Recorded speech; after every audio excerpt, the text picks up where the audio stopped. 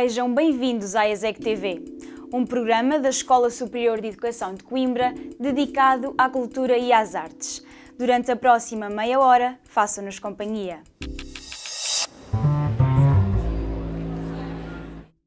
Durante o Festival das Artes Quebra Jazz, tivemos a oportunidade de conhecer o CP Jazz Sexteto.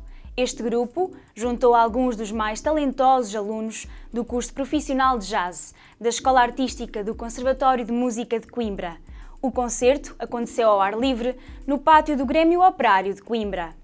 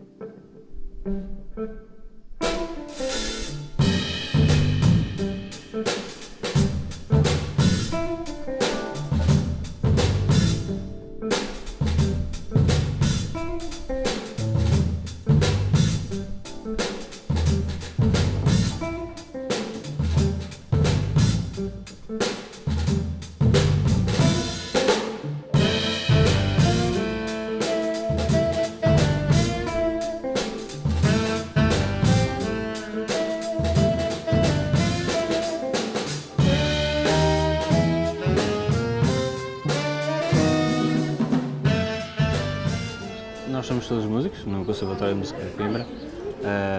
Nós os dois somos os finalistas, o resto da banda está no segundo ano, vai agora para o último ano. Nós já nos conhecemos há algum tempo, já temos vindo a tocar algumas vezes. Entretanto, tínhamos até a ideia de já juntar esse sexteto e então surgiu a oportunidade com o Rui Lúcio e com o Miguel Lima, com o Festival das Artes.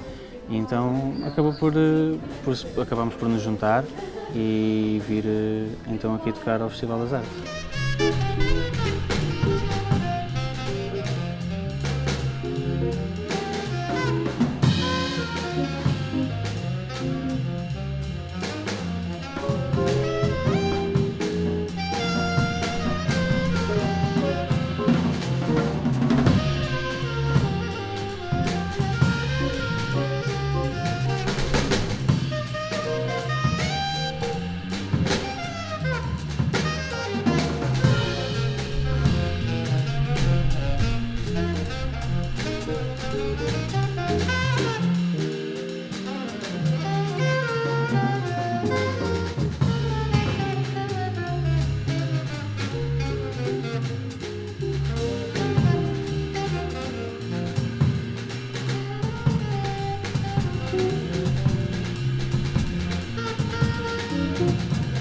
O curso tem tantas partes diretamente relacionadas com o conservatório, né, com a música, e tem também disciplinas socioculturais. As socioculturais passam por português, inglês, história e cultura das artes, entre algumas outras. E depois na parte da música, como é um curso profissional de jazz, propriamente dito, temos disciplinas como técnicas de improvisação, como teoria e análise musical, temos disciplinas que são em conjunto, compos, que são ensembles mais pequeninos, e depois temos as orquestras, quer a Big Band, quer depois também as orquestras por naipes, por instrumentos diferentes. E eu diria que a relação entre alunos e professores acho que é incrível mesmo, é muito boa. Os professores, para além de serem excelentes professores e músicos, são muito boas pessoas, tratam-nos muito bem, muito simpáticos, sempre à procura de nos ajudar, resolver questões e sempre ativos. Só não sai lá de música quem não quer, não é? Porque lá é onde há as ferramentas todas, especialmente eu digo que, como sou finalista, eu e ele somos finalistas este ano, acho que é uma hipótese a considerar, e acho que não se deve perder essa oportunidade de ir para este curso.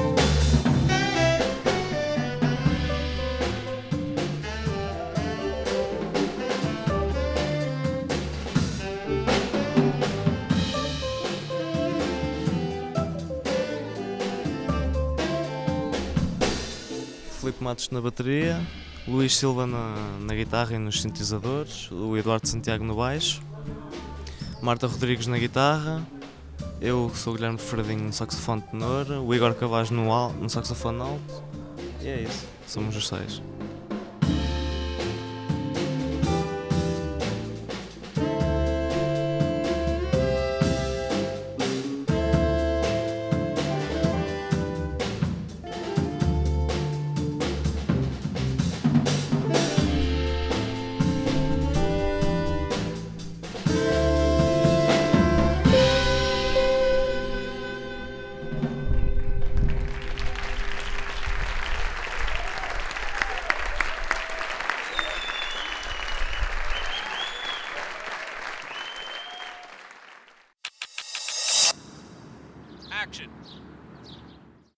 Assistimos ao ensaio aberto do espetáculo Os Gigantes da Montanha, de Luigi Pirandello, pelo grupo Trincheira Teatro.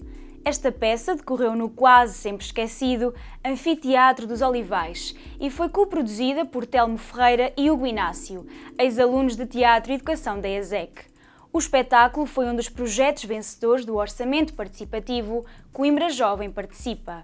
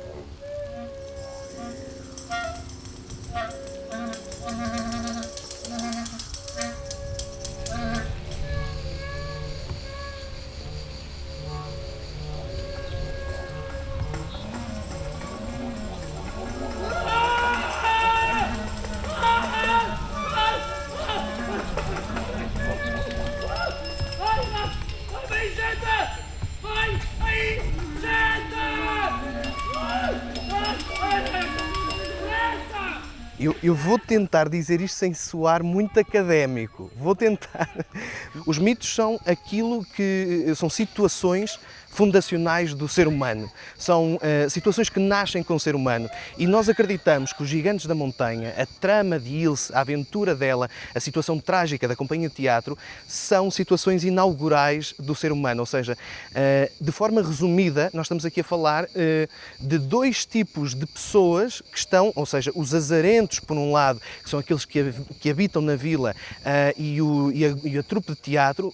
Ambos estão à procura de concretizar, de materializar os sonhos nesta dimensão, que é a única dimensão possível que nós conhecemos agora. E essa dificuldade de trazer os sonhos para nós e podermos partilhar os sonhos e falarmos livremente sobre eles, eu acho que é uma dificuldade ou um rumo trágico que acontece desde o início da humanidade. Daí a importância de trazer hoje isso.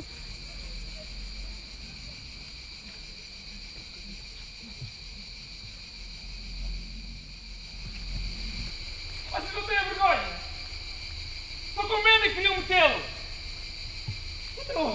Não sobem aos magotes? São muitos! Mais do que 10! Não! São 8! Eu contei-os! Com a mulher! Então é uma alegria! Nós, atores, somos a metáfora viva do texto. O texto não estaria completo se não fôssemos nós a fazê-lo. Teriam que ser atores, porque os atores não são seres diferentes de todos os outros, não são seres cósmicos, mas há realmente uma diferença entre os artistas e todos os outros. É a nossa vontade incessante de levar os sonhos às pessoas e de levar os sonhos à humanidade. E isso torna-nos a metáfora viva do que nós estamos aqui a apresentar. Mais para a frente! Ah, bom! Eis! A Condessa! Meu Deus! Como está pálida! Parece morta! Silêncio! O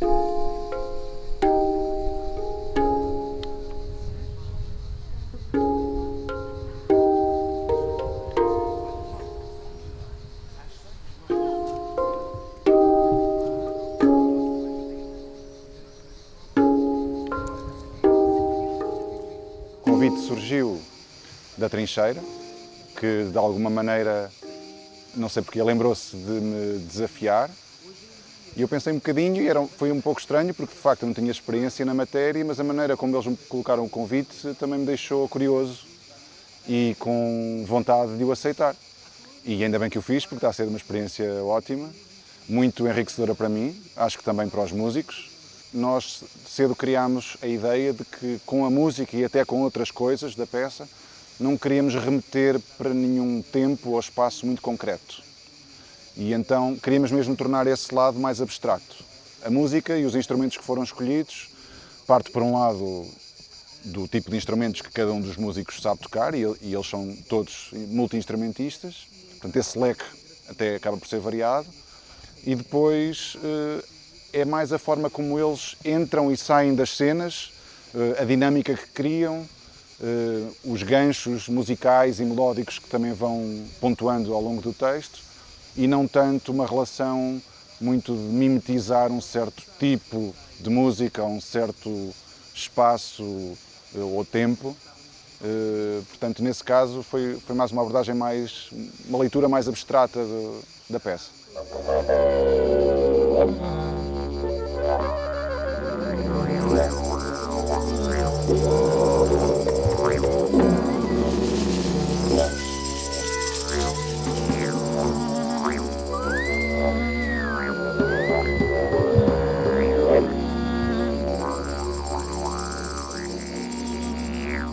Apesar desta peça ter sido escrita em 1937 pelo Luigi Pirandello, numa altura em que havia uma ditadura em Itália e que a cultura era muito subapreciada, ou pelo menos muito condicionada ao que se queria, que os governos permitiam que se dissesse, apesar dessa realidade não ser a mesma hoje cá de todo, mas sente-se na mesma que a cultura sofre muitas vezes em detrimento de outras coisas, muitas vezes mais importantes, mas deveria ou deve haver sempre um espaço para a cultura e para o espaço da imaginação e para o espaço de se contar histórias. E hoje em dia, também com o contexto que vivemos, sentimos que se calhar que a cultura está a sofrer de uma forma que não deveria estar a sofrer. E este espetáculo, com a perspectiva com que estamos a fazer, penso que bate muito nesse ponto, em que estamos aqui, de certa forma, a bater o pé, a dizer que a cultura tem uma voz, que há espaços onde ela pode existir e pode dizer o que tem a dizer, seja de que área for. E esta peça, este projeto, acho que reflete muito isso, a vontade de elenco, diretores, de querermos estar aqui e mostrar que é possível fazer e que levar as pessoas a outros espaços e ouvirem as histórias e ouvirem a imaginação e, se calhar, abrirem o espaço nelas próprias para a imaginação, para o sonho.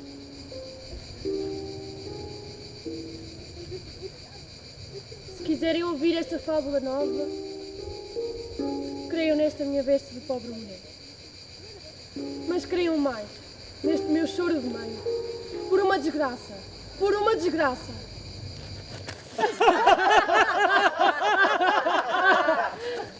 Disto riem todos assim. A gente instruída.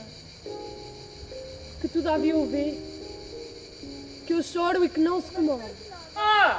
Mas vocês estão a recitar? Oh, boa! Silêncio!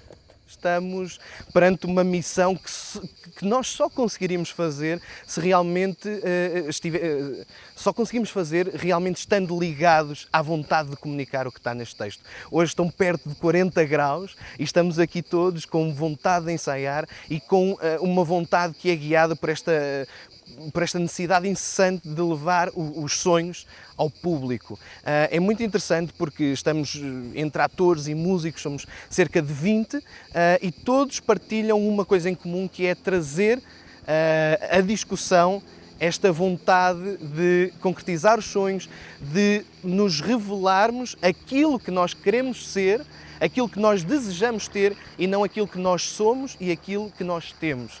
E talvez aqui seja a forma mais sincera de o mostrar. Aqui nós retiramos todas as máscaras, apesar de interpretarmos textos, nós retiramos todas as máscaras e mostramos-nos quase na nossa verdadeira forma, que são atores a simplesmente quererem fazer com que o público sonhe com eles durante uma hora e meia que estamos aqui a partilhar um espetáculo. Pois, percebi. Mas isso todos dissemos, não sou eu. E quem não o disse pensou nisso. Olha, aposto ele mesmo. Eu? O quê? Eu, querido. Aqui, nesta nova testa. Depressa? Depressa, sim, e não passaríamos todos agora tanta fome. Eu deveria ter posto 2 magníficos cornos. Ilse, não pode continuar assim, Ilse. Ótimo, malta, venham para a sombra, descansem. Obrigado, malta. Boa, Bia, és um anjo.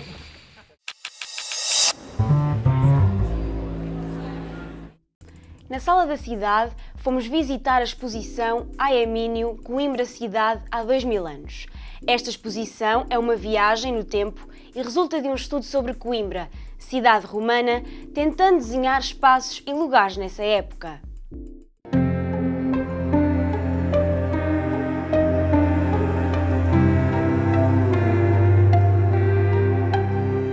Esta é uma exposição, eu começaria por dizer que é incomum. Nós estamos na Sala da Cidade. Desde a sua reabertura, nós temos privilegiado exposições sobre a cidade de Coimbra, sobre a história da cidade de Coimbra ou para exposições com artistas da cidade de Coimbra. E esta é uma exposição que nos conta um outro período desta cidade, um período bem longínquo, há cerca de 2000 anos, mostrando aquilo que seria Aemínio há 2000 anos. Naturalmente, nós temos alguns vestígios que ainda hoje são visíveis e quando eles não são visíveis, esta exposição tem precisamente a vantagem de nos levar até esse período e puxar pela nossa imaginação, mostrando-nos onde é que seriam determinados edifícios públicos na nossa cidade.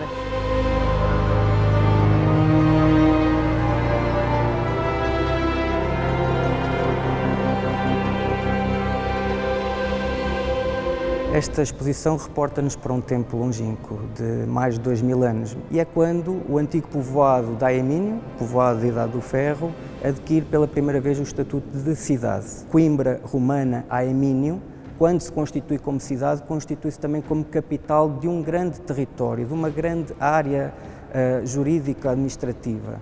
E, portanto, é a capital de um território que abrangia uma área que vai desde as faldas serranas até ao oceano.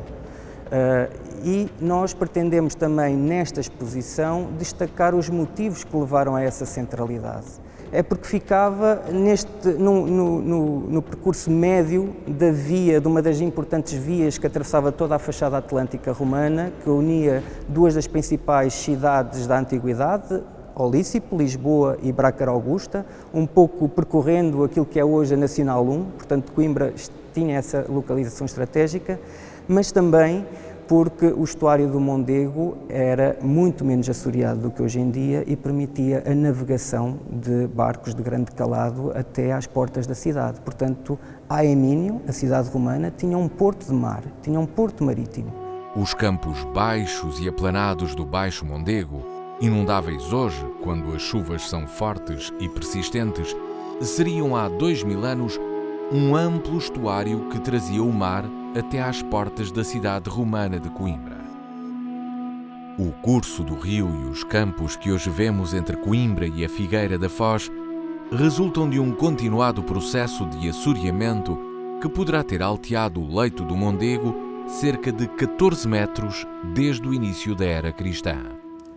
O visitante decide como é que acaba por abordar a exposição. Nós fazemos uma proposta que vem numerada de 1 a 10. Começamos pelo povoado ainda da Idade do Ferro.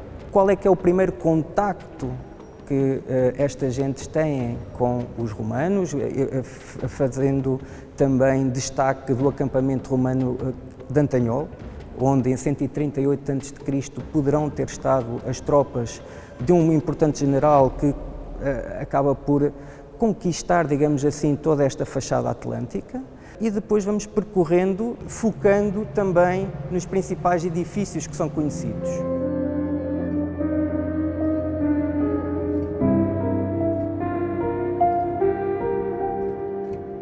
Nós temos que destacar quase sempre o criptopórtico do antigo Fórum Romano da cidade. Originalmente teria cerca de mais de 30 metros de altura, a sua fachada principal, e que se encontra em perfeito estado de conservação. É talvez, hoje em dia, considerado também como um edifício com maior área conservada, o edifício romano com maior área conservada em território português. Damos também alguma perspectiva dessas edifícios suspeitados que há pouco falávamos, onde é que poderia estar um anfiteatro, onde é que poderia estar o teatro, o circo, as termas da cidade, e termina-se falando dos deuses, falando das gentes e falando também do decair da cidade romana, que acaba por ser uma renovação, digamos assim, num período que lhe sucede.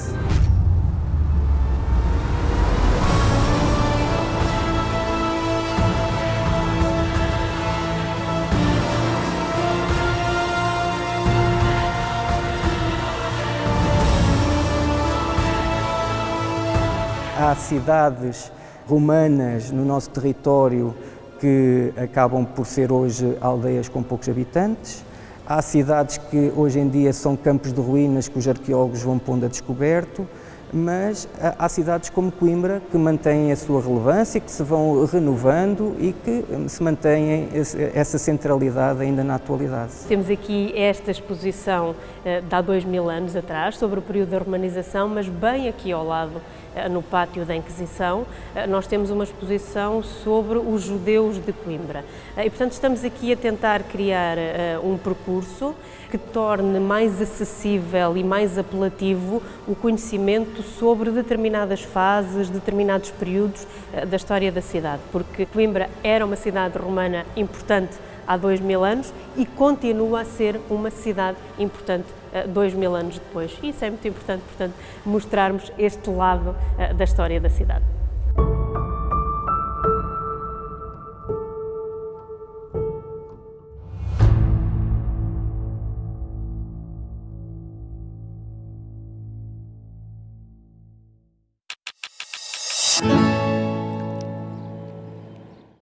Chegamos ao fim desta edição.